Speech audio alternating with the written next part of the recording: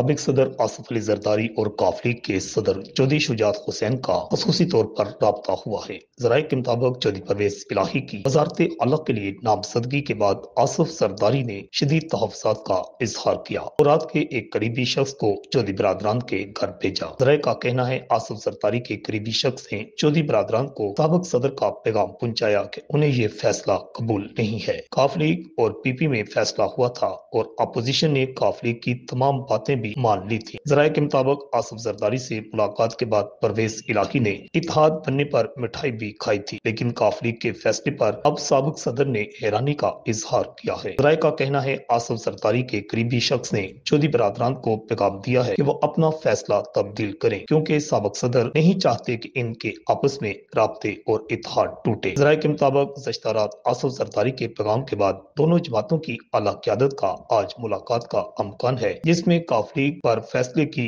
तब्दीली के लिए भरपूर दबाव डाला जाएगा। जराये के मुताबिक आसिफ जरदारी चौधरी बरादरान को पीटीआई हुकूमत की मदद न करने का कह सकते हैं। रिपोर्ट अल हिजाज न्यूज, लाहौर।